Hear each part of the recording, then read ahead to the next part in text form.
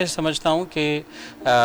جو digital media ہے اس کے ذریعے ادب کی طرف لانے میں ایک رجحان پیدا ہوا ہے۔ کیونکہ آپ جب آپ دیکھتے ہیں فیس بک پر یا دیگر جو ہیں وہاں لوگ شاعری اپنی سانجھی کرتے ہیں، وہاں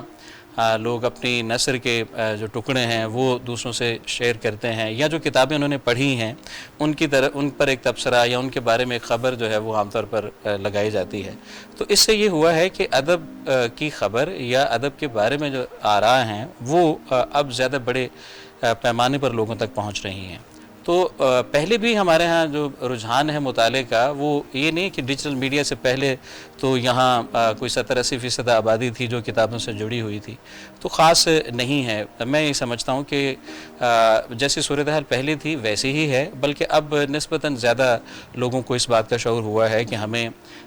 مطالعے کی طرف آنا چاہیے۔ اور عالمی ادب کا اگر آپ دیکھیں گے تو وہ جو لوگوں کے سامنے صورتحال آئی ہے اس میں ڈیجیٹل میڈیا کا بڑا کردار ہے، تو اس میں ایک مثبت پہلو بھی ہے۔